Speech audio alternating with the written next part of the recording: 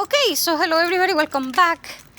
I spent about 3 minutes trying to put this harness thing into the dog, and he was so desperate. Oh my god, because I haven't gone out lately, and oh my god, wait, Spotty.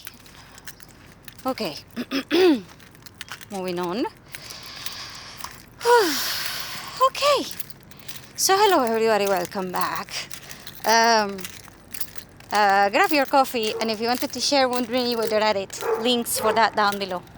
And here we go with some of the news lately and some of the things that you might need to understand.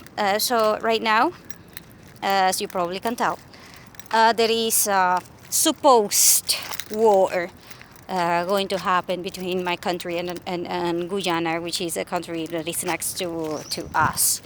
And it's about a territory that has been forever in dispute. Quite frankly, we were in dispute for this territory even before I was born. And the reason is that we were too little people when my country was founded. And there was almost no people living near the places that were considered borders or near the places that were considered to be too much of a jungle, kind of a deal, right? So it will be kind of like, what do you prefer? Do you prefer to live in the middle of nowhere where there are monsters and for all I know you have to be Indiana Jones to survive? Or will you rather just be near a place that has a school for your kids and maybe you can have water and maybe you can have electricity? So most people, of course, started trying to be in Caracas, which is the capital of the country. And most people fled there, and that's why we had nobody living in this territory, and that's why it was on dispute, because Guyana is way smaller than we are, and of course they actually are closest, and things like this.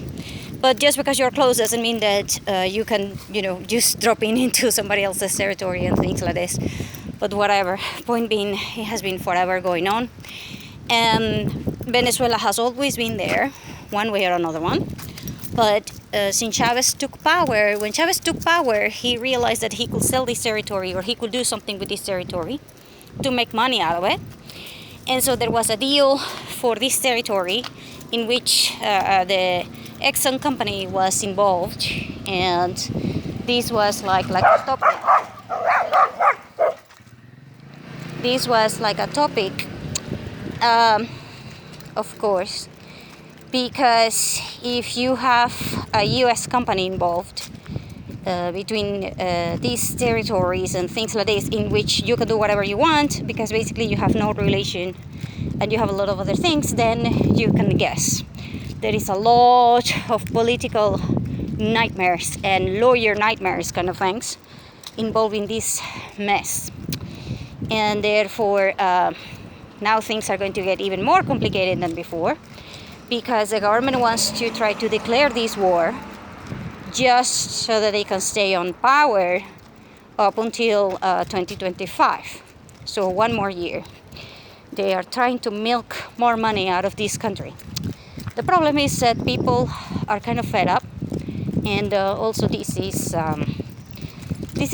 kind of like, yeah, I'm sorry. We're fed up, we're too tired, and we don't care. And so there is a lot of apathy, and there is a lot of things that are going on, including but not limited to the fact that if you need to survive, as in if you don't care about food or water or even a little bit of power, and you don't have access to any of these, then school is out of the question, studying is out of the question, and doing anything other than trying to get water or trying to get food or trying to get the propane is just out of the question. That's how you're going to spend most of your time. You can't read, you can't evolve into art, you can't evolve into anything higher than that, because what do you prefer? And so right now you gotta think about a lot of bad things that will start happening, like diversions, red flags, white flags, black flags, and even blue flags, for all I know. Oh, that one is a cat. That one is a cat over there in the tree. I don't know if you could see it, but it looked very, very cool. And so, right now, we are in the middle of an power outage that has been here. Yesterday we had 8-hour power outage, and it was very, very, very bad. I think it was 8, probably more, because we had no power since 3 p.m. and they ended up restoring the power around 1:30 p.m. or something like this, but in between they put the power for about a half an hour, and then they took it out and then they put it back in, and it was insane yesterday. And it turns out that today they had to take down the power since 9 in the morning. 7 in the morning they took it out for 5 minutes, and then they put it back in, and at 9 in the morning they took it out permanently. And then they started telling all the community that they need a lot of cables and they need a lot of money to fix the problem. And of course the workers can help, but they can't provide the materials, and the company will not provide the materials, and so basically we're kind of done. And so all the community is trying to figure out where to buy the materials. By the way, if you live in a small community or in a community, you will be asked all the time for certain electrical tape, which are the 3M, that's the brand, number 23 and number 33, and I think the last one is 37 or something like this. But anyway, the main thing is that you will need lots and lots and lots of those two types of tapes. And if the company or the people that are fixing the electrical problems, they do not have those, then you won't have electricity. Because if they can't patch it with those two types, by the way, they will not, the company people will not take other brands, and they will also not take any other tape. I do not know the differences between the numbers of the tapes of the electrical things. If you're a technician that works with electricity, you probably know. But me, I just know that they require those tapes to be on call, and in fact now we have a storage of them, and there is each building, because at this point I'm going to tell you right now, people that have houses, they very likely will not help you out, because if you are in a house, you probably don't have enough power and enough money and enough anything to deal with these problems. And also you probably have a generator that will work for you.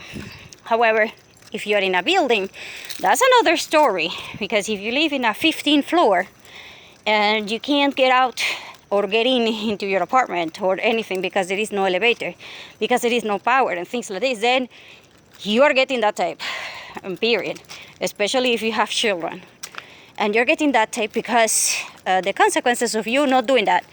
Living in a building requires way more energy and way more things. And also, even if you have a generator, you have other problems, like all of the neighbors near you. If you turn on the generator for a building, all of the neighbors near you are probably going to burn you down. The reason being, well, you're not going to let anybody sleep, not even yourself, because the generators for a building, they produce a lot of noise, and they also produce a lot of oil, as in very stinky kind of a smell, and so it's very bad. I mean, it's just horrible. I mean, even if you live in the 10th floor, because I have a friend that lives in the 10th floor, she complained every single day that thing was turned on, because she needed to close the windows just so that she will not smell like gasoline. And if you are a woman or a man that it has sensitive nose and you do not like the smell of gasoline or diesel or kerosene or chemicals like this, then yeah, you are going to complain, and you are going to probably be very angry about it, because you will not be able to be in this place. You will throw up a lot. And also, if you have allergies, or if you have asthma, or if you have kids and then you have to explain the kids what is happening and why do they have to smell like if something is burning and things like this, is bad. And at the same time, if you have the generator on for a building, you also have other issues like reheating, as in that thing is going to overheat. The reason being, well, there will be a lot of people that are going to be overusing this thing, and then it's like when you have a generator. I don't know if you have one, but let's say that the capacity is 2 air conditioners and then 2 refrigerators, but you ended up using 4 air conditioners rather than what it was meant to be using, and so it's going to overheat. This also means that your devices are going to break, meaning, or they are not going to work. Meaning, let's say that you have a microwave on and you put it on for 5 minutes and you take the food out and the food is completely frozen, like if nothing happened. The reason being, the microwave is moving and it is beeping and it is on, but it is not heating. Reason being, well, it doesn't have enough energy. And the reason being, well, your generator is overheating or is overreacting or whatever you want to call it. And so you will have that kind of problem in the buildings. That means that a lot of the devices will be damaged. Some of them will break. The good news is that very likely you're not going to have a fire, an electrical fire. But if the electricity comes back in and then you still have the generator on, you may have an electrical fire. That also can happen, and that has happened a lot also, because changing one system to the other one, when the system is used yesterday, we had that type of problem because the electricity was out. I'm serious. It was out for literally up and down, like you flicking the switch, and it was 110. It was perfect, but when it came back in, it was 145 rather than 110. And so there was a lot of things that they were like that. And there was a fire in one of the about 4 blocks away from my house. Because somebody had connected, I think it was a microwave or an air conditioner. It was one of those things that you are like, right, it could happen to anyone. And so the whole thing about the electricity is a problem. The whole thing about getting fuel for those things is also a problem. Because if you have to refuel the generator, you have to wait for the generator to be cool. You shouldn't pour fuel into a generator that it is hot, and because you might get accidentally into a fire, and that also has happened before. That is also one of the reasons why you might need to reconsider the whole thing about you surviving this thing without the system, or you being able to understand the system on your own. Now, another note, one of the reasons why I haven't been up lately is because my uncle had somebody breaking into his apartment. So at 4 in the morning, he was woken up and at gunpoint by some people, and they took everything from his apartment. And so yeah, I didn't ask for a lot of the details. Quite frankly, it has been so many things going on at once that I just don't.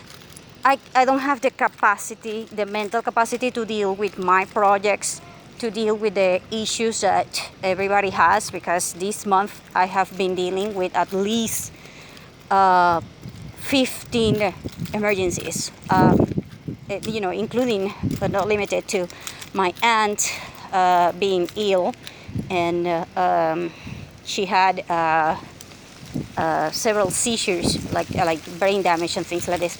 And my mom has been sick, my daughter has been sick, I have been sick. Then we had fights, family fights that are kind of normal, mostly because when you're abroad and you're worried about people, then you have a very funny way of showing it. And everybody's worried, and when everybody's worried, you can tell that everybody is heating up in terms of fighting. And in terms of saying stuff like, you should have done this and you should have done that, and yeah, kind of like that. And yeah, thing is, there is no if. There is only the things that you have right now. And therefore, that's it. You can't go back in time. And even if you could, then it's probably going to be in a parallel universe. It's not going to be this universe. And so, if you're going to try to fix the problem, then you gotta focus on the problem right now. You can't focus on the past. Because you can't fix the past. If you want to fix it forever, then yes, you can learn after you have solved the consequences or the issues right now, which is insane. So, having said all of that, let's continue. So, several things that people should have known, or at least you should know. Like I said, number one, the issues with electricity are horrible, because right now I wanted to work and I can't. I wanted to do a lot of things and I can't. The good news, like I said, is that at least we are thinking that we are going to get electricity probably around 1 in the morning again today. And anyway, and let's see what to do when you have a break-in into your house. Yeah, the very main thing is try not to have the break-in happening. As in, try to have proper security devices, and I am not talking about the ones that depend upon electricity. I'm talking about the ones that are old-fashioned bar things around your windows, bar things around your doors, bar things around every single hole that there is in your house, and I do mean proper ones, not the ones that you can just, well, I'm in the middle of this and all I need to do is get a screwdriver and unscrew that thing and then I just take it out. No, I'm talking about the ones that are very welded in. Problem with welded things is that if you have a fire, you need a way out, because you will have a fire. You may never feel or have a break-in, but the probability of you having a fire is almost certain. So that one is a gamble thing. So you need better designs into your house. You also need better things for water, because quite frankly, right now they are saying that if they can't fix this problem today, then we are going to be without electricity for about 3 to maybe 5 days. Some areas will not have electricity for 5 days straight, and because they are in particular communities, all you need to do is move out of the community, go to your sister's house, to your friend's house, to your grandma's house, to your mom's house, and get in there. That's it. All you're doing, move out for 3 days. You're not going to die. But if it is a national thing, then there is nowhere to run. There is no place that you can be. And of course, this is going to be one of those things. And so it's a very hard thing to be talking about politics and then issues that you will face. But things that I think that you should know, like I said, it's not romantic as you will think. is also the worst part is that you're going to face is going to be the suicides. Uh, like I said, this month has been horrible because my daughter's teacher from kindergarten, she committed suicide. She jumped out of a 15th floor or something like this. And then I have read and heard from my friends that in buildings they wake up and then there is somebody that jumped last night or something like this. And quite frankly, I went through that one time, and I did not want to see it. Quite frankly, it was a little boy. He jumped out of an 11th floor. And so if you have buildings and you live in a tall floor and you have teens and you have kids, I swear you need to set up the bars, because if you don't, then the likelihood of the teens and these people just jumping out is just too high.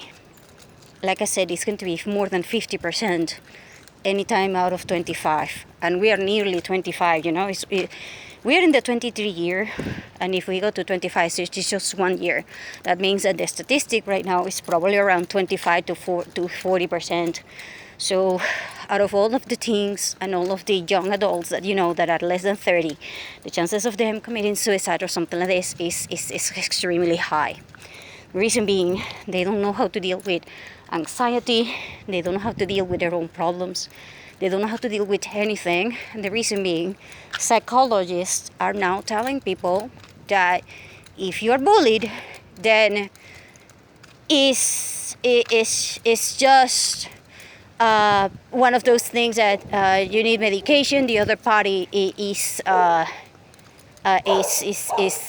don't even know how to put it, but psychology is treating it like you are 100% victim, which is, I'm not saying it's wrong. I'm saying, yeah, I don't care if it is right or wrong. The point is that it doesn't help the situation. So it's kind of like when you have, I'm a teacher for teens, and there was one time in which I had a teen. She was sort of joking or something like this.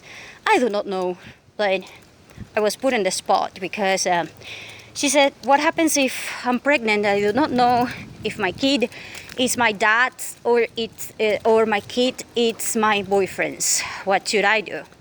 Or where do I go? Or what do I do?" I mean, I was like, yeah. So I said, give me 5 minutes to think about what do I want to tell you. And then I went into the bathroom and I was thinking, okay, legally, there are a lot of issues that if you are in a school and somebody tells you, hey, I'm being raped or whatever, then you gotta deal with a lot of things. But I was thinking that I'm not the principal, and that is a good thing, right? But at the same time, that means that whatever I say can be used against the principal or can be used against the school and all of these things, and so you are put in the spot. And at this point, the teachers are supposed to be doing whatever the counselor will say that you're supposed to be doing. Problem is that counselors lately, they are kind of like, yeah, you can self-diagnose for almost everything, and we will agree with you, especially if you want to have sex surgery or things like this. It's a self thing. We don't need you to counsel. If you're thinking that everything is because you're gay, then have a sex surgery and things like this, and that's it. And I'm kind of like, right.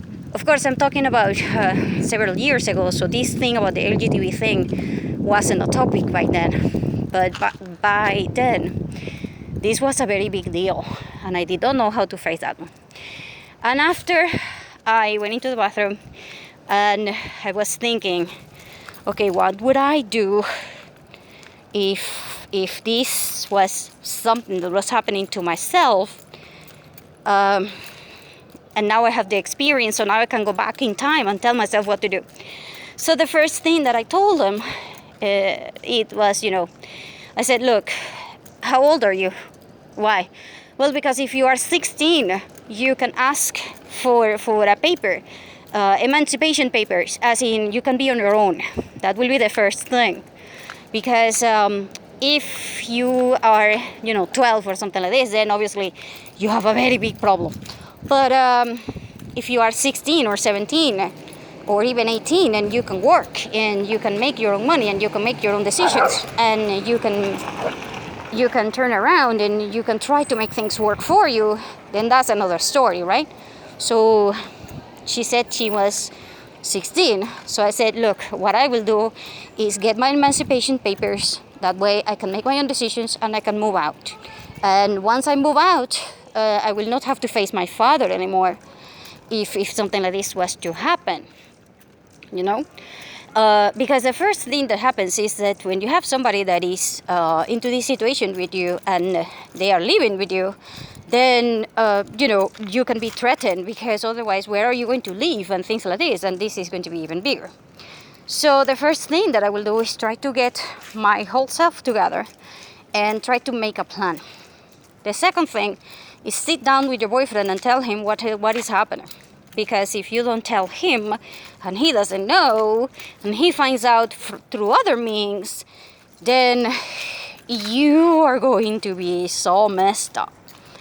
And also, if you tell your boyfriend and he goes kind of like, you're pregnant, I'm leaving you, or something like this, then you already know what you can, who you can count on. So if you're thinking, my boyfriend loves me and he will go with me through everything, yeah. I'm sorry, but like I said, men have an extremely high tendency to just flee when things get hard, especially if they are not capable. I mean, they can tell you that they are capable, but and you might believe them. But if maybe they think they're capable, but at the end of the day, they might be teens like you. Or they might be, I don't know, they might be immature or whatever it is. And they might be even against you having the baby. So I get it. It's your body, should be your choice. But I told her that it was a very horrible idea to get rid of the baby for several things. I said, look, if you have an issue with the baby, and then you have an issue with your uterus, and then you are unable to have children, never again, because that is also, a topic. If you have an abortion, you might become sterile for the rest of your life. And so, do you really want to, face that one?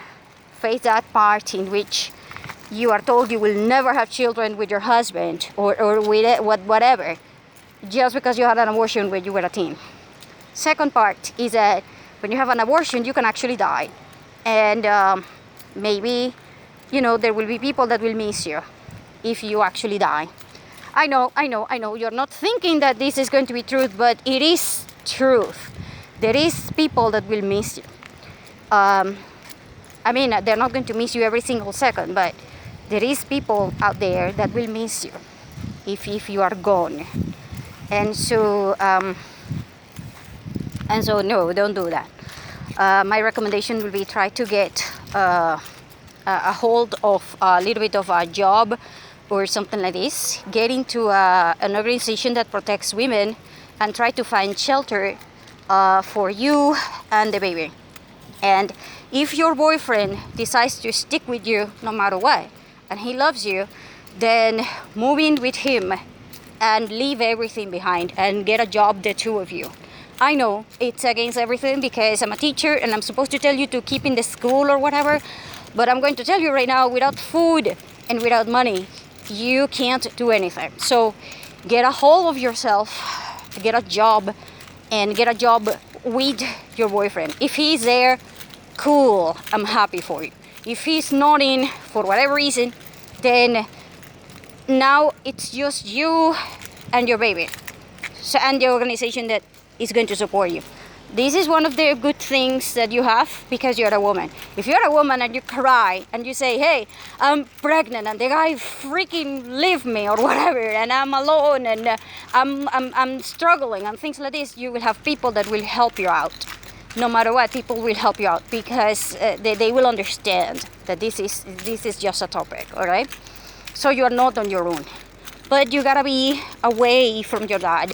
That will be the first thing that I will tell you. Seriously. After that, if he, for whatever reason, your father tries to say something like you can't be emancipated or whatever, then you threaten him. You record the conversations that you have with them, and you threaten him. You tell him, hey, I'm going to prove that, you're doing this to me, and I don't want to do that in court. So spare me the details because otherwise I'm going to throw you into jail. But you can't do that unless you have,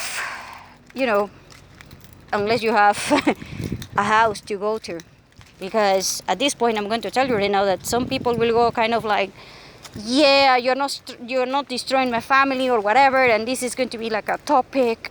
And so the best thing that you can do is just try to get away from everybody and try to get in touch with yourself, because no one can help you other than yourself. No one. I mean, the only being, and I don't mean being, not human, the only being that can help you out is God.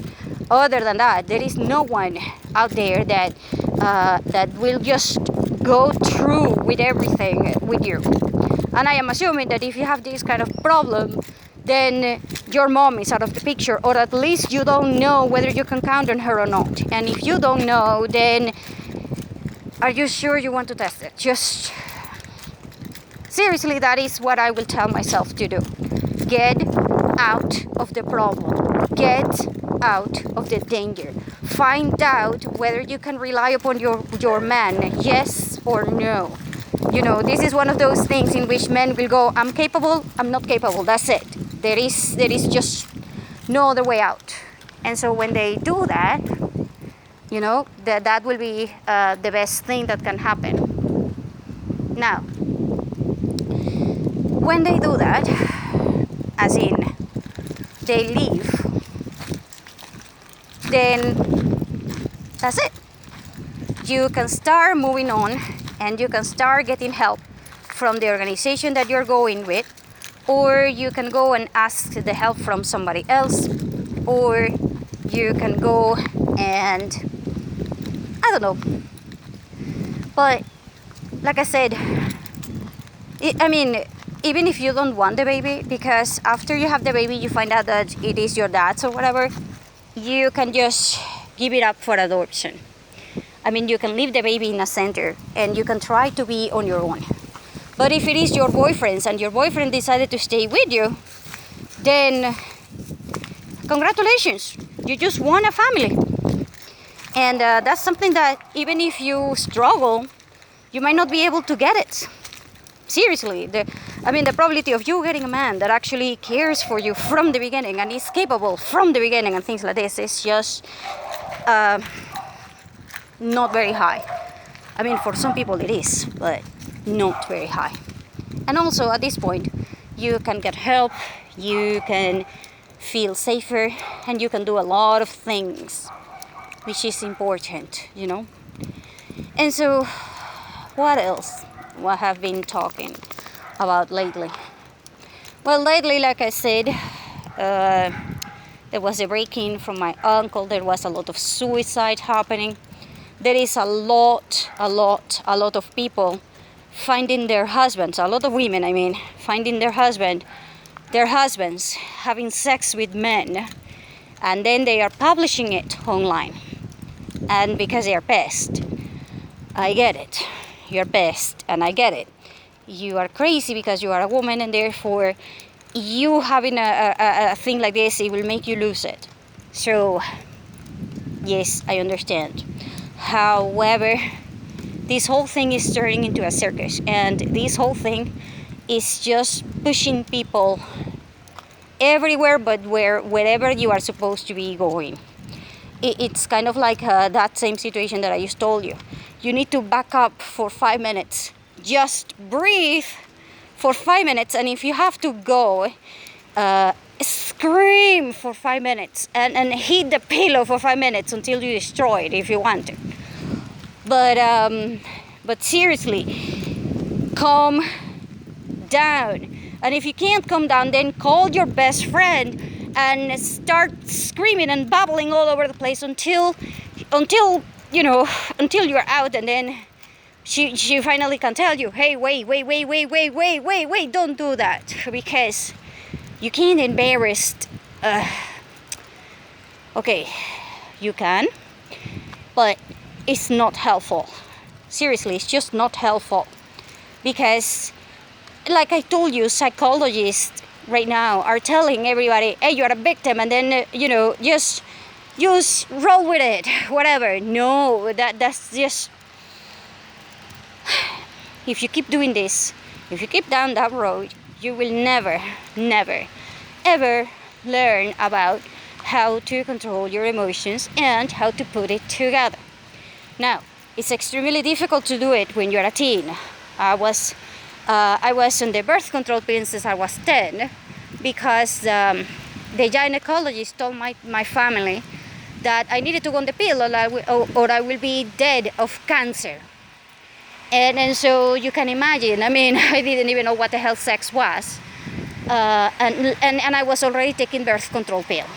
And I am assuming that I'm not the only one. And I'm assuming that a lot of women are on the pill. And every time that you are on the pill, you will have issues later on, because your hormones will be reacting like if you had a baby or you had a miscarriage every month or something like this. And at some point or another one, it's going to destroy you. And so if it doesn't destroy you, it's going to harm you really bad. So, first rule, never put your kid into the birth control pills. And never ever messed up with the hormones that they are supposed to be having naturally, because otherwise this might get really bad for them. And so this whole topic is just insane in terms of what is happening with psychologists lately. I mean, you can't tell somebody, yeah, if you don't drink this medicine, you're going to get cancer and you're going to die. I'm sorry. You just seriously. I mean, my dad was so against it, but my mom said, hey, if she dies and it's on you, what the hell are you going to do? And then my dad says, no, I don't want her to die. So, okay, fine. Give her the freaking thing. And so you will be facing these kind of decisions. And you can't get away from them just because you don't feel like it, or you don't know how to react. And by the way, if you don't know better, then that's fine. But if there are things that you can do to make it better, then, like I said, ask the elders. See, if you ask a woman who is 75 or 80 about all of these things, she will probably be able to tell you how to survive being a woman. And if you have a man who is 70 or 80, and this man is kind of put together, and he's kind of capable, then he is going to be able to lead you in the right way for being a man, And so we're missing the elders. We now have the psychologists who say, hey, just self-diagnose, that's it. Which, by the way, if you tell a doctor, hey, I'm self-diagnosing and all you have to do is sign here, that doctor is probably going to say something like, yeah, see you, I'm not signing everything, because otherwise I will be sued. Yeah, what do you think is going to happen soon? By the way, what do you think is happening right now? Right now there is a lot of people that are suing counselors, and they are suing surgeons. They are the surgeons that are removing little kids' testicles and things like this, or little girls' teeth and things like this, breasts and things like this, just seriously, you are getting a lot of lawsuits. A lot. And so if you are in this field and you can't put it together just because you are being told something else, then change professions or change the title. Which is something that a lot of people are doing. Now they are like, oh, I'm not a counselor. I have a counselor's degree, but I am a life coach. See, life coach, they don't have to be ruled by any kind of industry. They are just a life coach. And so, yeah, kind of like that. So you still have choices to help people, and you still have choices to do it in another ways. Okay? And anyway, we are going to finish up this walking with my dog by telling you that now there is good news. You have TikTok app, which is paying you $200 for having a day of you looking into the app.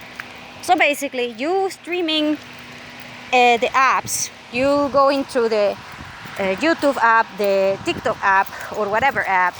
So you watching social media is now a job, is considered a job, and they will pay you for it. And TikTok is paying $200. Of course, they are not telling you that you might be addicted to this thing lately, and then whatever money you make, you know, it's going to probably be spent later on in anxiety medicine or whatever other kind of medicine, and then you're going to be, you know, kind of broke. And so, not sure whether that is actual good news or something like this, but it is part of the news. The fact that now more and more people are now actually watching social media just to get money out of it. Of course, I'm not one of them because I don't like this type of thing a lot. I mean, I do get a lot of hate comments, mostly saying stuff like, "You're not in Venezuela," which I laugh the hell out of it because I'm kind of like, yeah, I'm sorry. I know I'm from Jupiter, but as far as I can tell, this is not Jupiter. And so, so seriously, I just, I don't know what to tell you. And then I get other comments like, I don't know, I get a lot of comments for everything, like, "Do you hate men?" And I'm like, right, I'm sorry, are you honest to God saying that I hate men because I tell you that you're an idiot because you're a man, and I'm crazy because I'm a woman, and you know, it's just how things are? There's nothing wrong with that, by the way, because idiots are geniuses in certain ways, and crazy people are always right, because how the hell can you prove them wrong? And so, yeah, it's kind of like that. So seriously, do you think I hate men? Oh crap. And then I just tell them, hey, look, either I misspoke, I might have misspoke, or maybe I have a lot of people that keep telling me that I make the wrong impression, mostly because I'm very, very, very sarcastic. And every time that I'm sarcastic, people take it literally. And I'm like, yeah, I'm sorry, that will be kind of like the same of the Red Bull thing. And then they go, what, the Red Bull thing? Yeah, I'm sorry, did you know that the Red Bull has, they had an advertising in which they said they will give you wings. And so Red Bull gives you wings, right? Right. That was just, you know, it was an analogy. It was not real. But now people that identify as a bird are pissed because they did not get the wings that they deserve. And now Red Bull had to change the advertising, and they got sued, and they lost the battle because they were supposed to give you wings. So it will be kind of like the same thing. So are you saying that I hate men, even though that I am always, you know, if you watch my channel, if I'm going to be biased towards one thing, I'm always biased towards men because I think that they deserve it. Also, I think that they have I mean, come on, seriously, how the hell can you deal with crazy people? I mean, seriously, I have had to deal with crazy people, and every time that you have to deal with crazy people, yeah, I'm sorry, no, just, is one of those things that makes you want to believe in humankind, and it also makes you wonder how the hell have we survived. And then the answer is, yeah, we are loved by God. And then that's the end of the story, right? We are loved by God no matter what we do, despite the fact that we screw up all the time, despite the fact that we are very, very, very naughty, and despite the fact that, yeah, so whatever. But point being, trust God, right? Because otherwise you might just not make it, because that is this one of the sources of your hope, right?